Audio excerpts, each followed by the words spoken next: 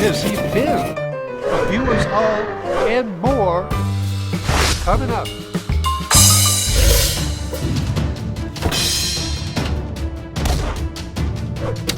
This is WB Fine Woodworking with Don Bullock.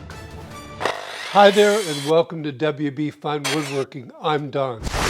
This is the shop update for January of 2023. I can't believe where the time has gone. I'd like to especially thank all of you who've been watching my videos this past year and have subscribed to the channel. You may have noticed that I was sort of absent from the channel for a while. 2022 was not a great year for Pam and I. It started off bad and finally got better as time went on, but it just wasn't a good year for us. The biggest problem we had was Pam, who never gets sick, wasn't doing well, and we didn't know why. And the prognosis was possible cancer. And finally, we were able to get some tests done that ruled that out and gave us a good idea of what was happening. And so we finally got all of that straightened out. And in the meantime, she had a stroke.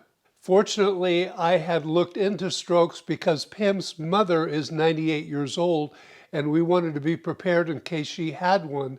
So I recognized it very quickly. I did the tests that are necessary to discover if that's exactly what happened. What I need to challenge all of you to do is to check in what are the symptoms of a stroke. You can find it on the internet. And how do you know for sure? With Pam, it was the smile. Her smile was uneven, and I knew that that was one of the symptoms of a stroke. So as soon as I noticed that, I called 911. The paramedics came and got her to the hospital as quickly as they could.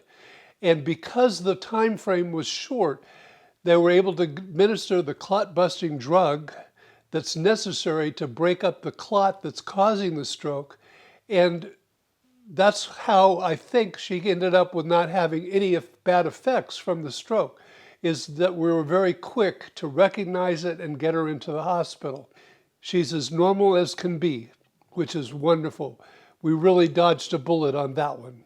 Enough on that rant, but I think it's extremely important, and that's why I decided to put it in this video. And after Pam's problem, I ended up with a problem.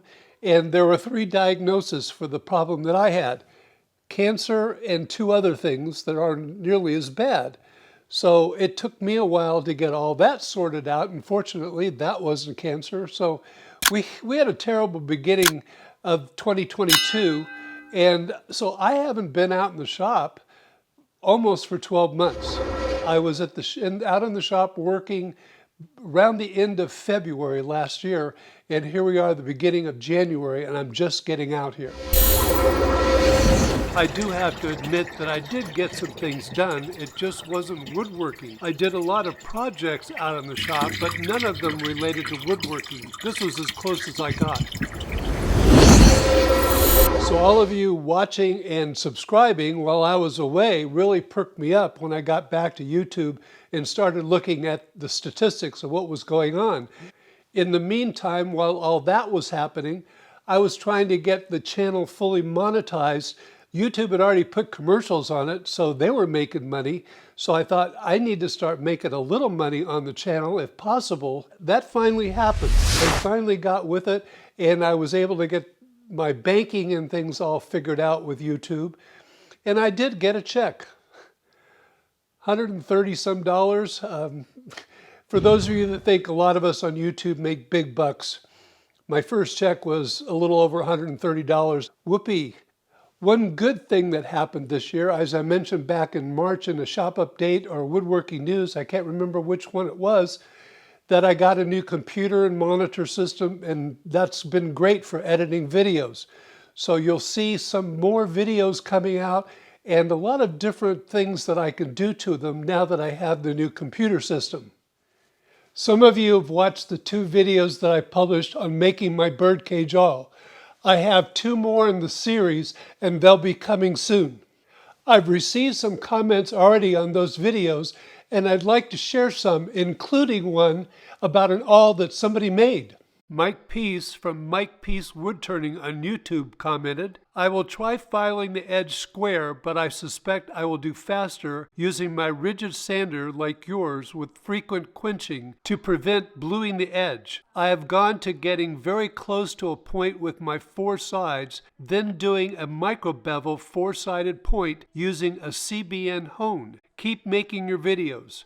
You have an engaging on-screen presence. Mike, first of all, thank you for watching. I'm sure your method is much faster, and I may even try it. Since I was making my awl for me, I decided to use the files instead. For those of you who are into turning, Mike has a lot of ideas on his channel, and it's where I got some of the ideas for my birdcage awl. You might want to check him out. I got a comment from a viewer, Thomas Hverring. I'm sorry, Thomas, if I messed up the pronunciation of your last name. Google was no help. I love how Thomas states he's getting off his behind and back in the workshop. It's sort of ironic that this project was the last thing I did before my long absence from my shop. I'm glad I provided some inspiration. I asked Thomas to send me some photos of his awl when he was finished. Here's his reply. Again, Thomas sounds motivated, saying that he didn't finish the awl the first day, but he got a lot done. In my reply, I tried to offer some advice to take time and enjoy the process. His response, I sure am. The cuts and blisters are a testament to that. It was at this point that I wasn't sure how Thomas was making his awl. I thought that cuts and blisters shouldn't be part of the process, but I was glad he was enjoying himself. About a week later, I got the following email from Thomas. Dear Don, here are a few pictures of the nightmare it was to make a birdcage awl from laburnum. It was all done with hand tools, but I wish I had a lathe because it's fiendishly hard. The result certainly isn't as polished as I would have preferred, but I like the character it has. It truly looks handmade, and the wood is beautiful. With the best wishes for Christmas and the holidays for you and your family, including the dogs, of course, from your friend in Denmark, Thomas Hverring, and his cats. Wow, I was really impressed with the images that Thomas sent over, and I'm going to be showing some of them right over here. In this picture, Thomas is drilling the hole for the nail in the handle that he's making. This is where things got real interesting, and I started to understand the blisters comment that Thomas had made. He used an axe to rough out the form of his awl handle. This is the result. Not something I'd try, but Thomas did a good job. Thomas left out a few steps here, but you can see how much he's done. You can see here one of the tools that Thomas used to shape it. It's a spoke shave. Well done, Thomas. You also can see that he did use a nail for the awl blade. Now this is a view from the top. You can see the head of the nail. We can see clearly the ring that Thomas used for a ferrule. He didn't say where he got it, and the awl's really taking shape now. It's starting to look good. I'm sure based on the texture of the handle in this photo and the file that shows up in the background that Thomas used some files and some sandpaper to smooth out his handle. In this photo, the awl is soaking in a liquid, most likely boiled linseed oil, or BLO as some of us call it. And here's the awl after soaking in the liquid. I love that wood. It's very pretty. Thomas sent over several photos of wiping down the awl. You can also notice here that he's wearing gloves. This one really puzzled me.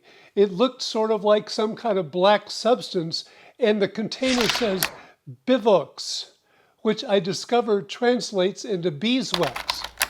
I'm assuming that the black is the application cloth, and so Thomas polished his awl with beeswax, which looks great. And here we have the finished awl. Thomas, that's beautiful. I'm sure, like I am, you'll be proud of it every time you use it, and I'm sure you'll be using it quite a bit. Well, Thomas, that's certainly a fantastic job. In my opinion, using only hand tools makes it even better. I hope you enjoy it for a long time to come out in your shop. Thank you very much for sharing these photos with my viewers. Thomas also commented on the ferrule video. Thank you very much for a great video, Don. I'm definitely going to have to look at my big box stores to see what they have in the way of compression nuts. Well, Thomas, this is where a lathe would really come in handy. I'm not sure how you'd make the compression nut round without using a lathe. Perhaps the copper tubing that I mentioned, or some other pipe fixtures that they have. I know they do have some other brass pipe fixtures that are not nuts that might work a little better. I do wish you a lot of luck if you try another awl. I'd love to see it. As I've said many times on this channel, if you're doing something in your shop, you've made a tool like Thomas did, or you're some other kind of project, and you think my viewers might be interested in seeing it, just send me the email with the pictures or even a video clip and a description of what you did, and I'll see if it's something that I think my viewers will be interested in. If it is, I'll share it with them. There's a video over here that you might be interested in watching, and if you want to subscribe to the channel, you can click on my logo over here. Thank you all very much for watching. And for a teaser, here's some leopard wood that I plan to turn. You'll have to check back and see what happens to these spots. Do they disappear or form some unique shapes?